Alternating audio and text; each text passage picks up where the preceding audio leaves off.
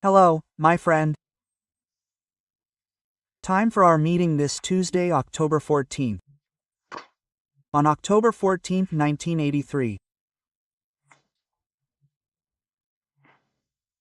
Queen Elizabeth II presented me with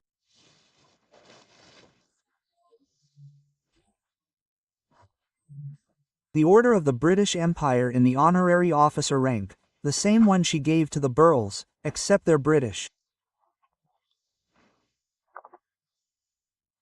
Not me, right? They can use the OB after their names in a document signed by the Queen and her husband, Prince Philip.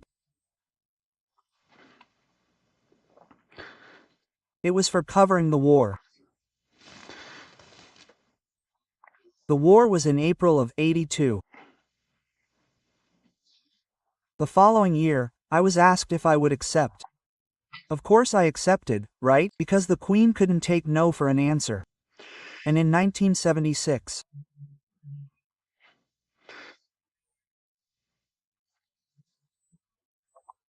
well, the first woman was inducted into the Brazilian Academy of Letters, the brilliant writer Raquel de Queiroz, and she even kindly wrote the foreword to my book, Raquel de Queiroz ***.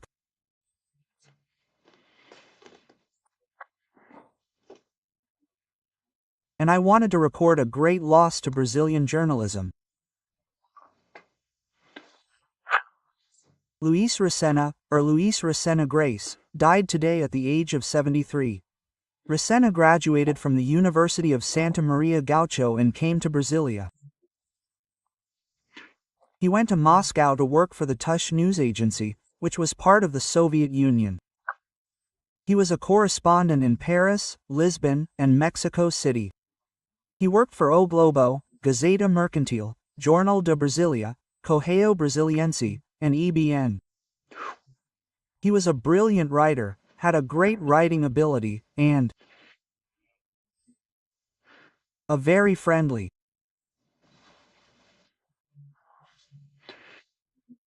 temperament, and a set of principles of a brilliant character as well. My tribute to Luis Resena. Remember to subscribe and leave a like or dislike at the end.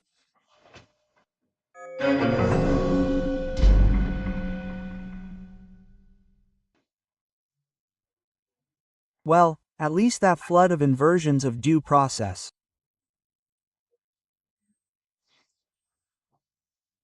Today, the Attorney General of the Republic, Paulo Gonet, sent a message to Lindbergh Farias and to Liria Petroni of the PSOL, the Socialist Party. Lindbergh is a leader of the PT, Workers' Party, that they have no power to order Eduardo Bolsonaro's arrest, they lack legitimacy.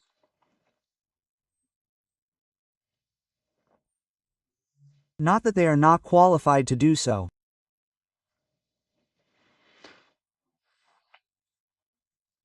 Well, Eduardo Bolsonaro, congressman, right, there was already a case there that the rapporteur sent to the archive, but apparently there was a request for review, it's still ongoing, but Eduardo is in the United States and is very close to Paulo Figueiredo, who is in an indictment by Paulo Gonet.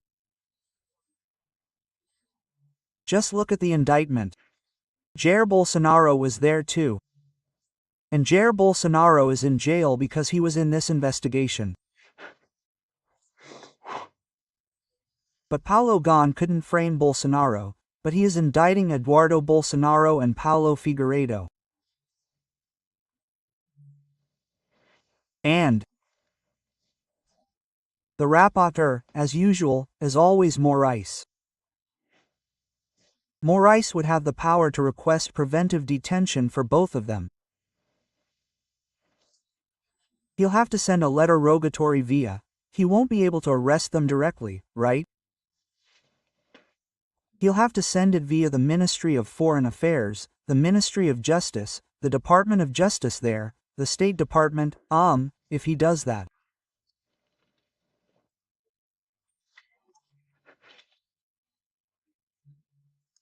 Yes, but it's very interesting to imagine that the two had the power to coerce the United States government into threatening the Supreme Court to release Bolsonaro, rather than convicting Bolsonaro.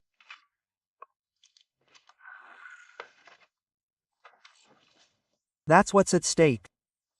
Well,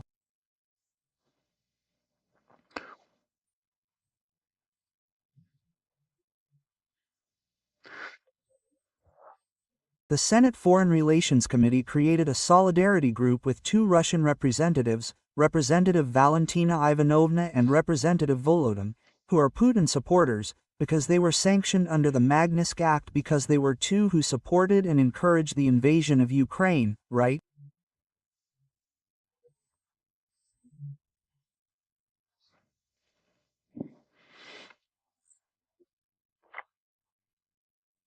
Well, the Magnitsky Act is based on political persecution in Russia, right? And it's intended to be applied against anyone in the world, any authority that abuses human rights.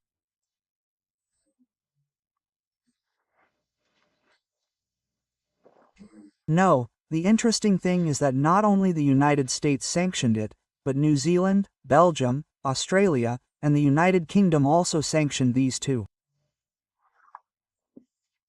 There were only 2 votes against: the committee chair, former Minister Teresa Cristina, and the senator from Rio Grande do Sul, General Hamilton Mourão. They were both the ones who voted against it. The astronaut is on the committee.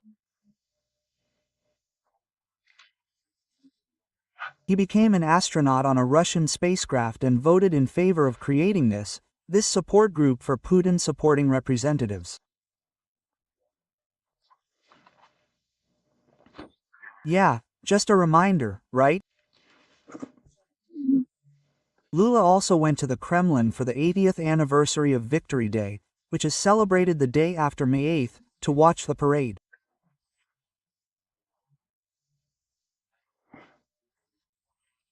He forgot about the Brazilian soldiers who died on the Italian front, fighting the Germans, and are at the memorial on Flamengo Beach.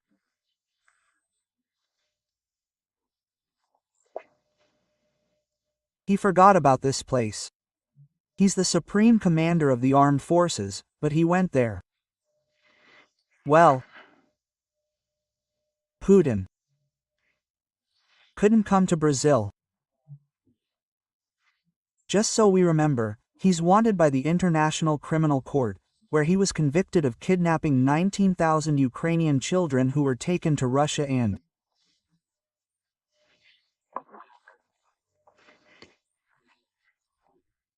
brainwashed, many of whom were adopted by Russian families, right?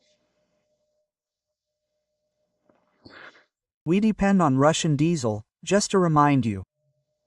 And I remember Bolsonaro went there, talked to Zelensky in Ukraine, and then talked to Putin, right? Because of Brazil's interest in fertilizers and diesel, which we also depend on. Speaking of which, I mentioned military power here. We talk about military power here in Brazil. As you know, the power of a country, national power, is composed of economic power, social power, right, and military power, which is the power of deterrence. We had Operation Atlas there in Roraima, a kind of deterrent to dispel Maduro's crazy ideas, who annexed part of Guyana, right, Equibo, the territory of Equil. Well, and to get in there, he might have had to pass through. It would be topographically easier to pass through the Brazilian territory of Roraima. And Operation Atlas was there to show him not to do that. But I commented here today that it could be a Pyrrhic operation. If there's another one of these, we might run out of fuel. This depletion of Brazilian military power has been going on since the Fernando Henrique Cardoso administration and continued with the Workers' Party administrations, right? Well, there's a lack of modernization, a lack of equipment, and with that, there's a lack of encouragement for the military, even for young people who feel a calling but are discouraged, right? The Air Force, unfortunately, has many cases of pilots who were trained and, considering the costly training, left for the private sector due to a lack of incentives.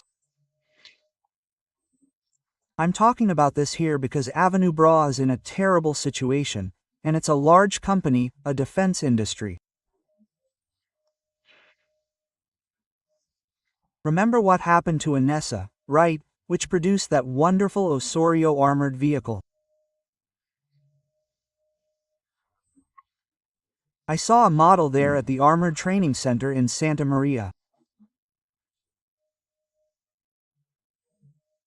It was an armored vehicle that was on par with the best of its time.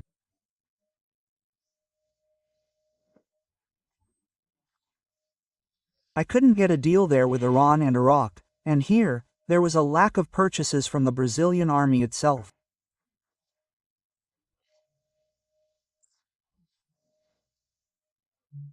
There was a lack of funding, that is, there was a lack of incentive to have a good export and supply industry, which means autonomy in the event of war.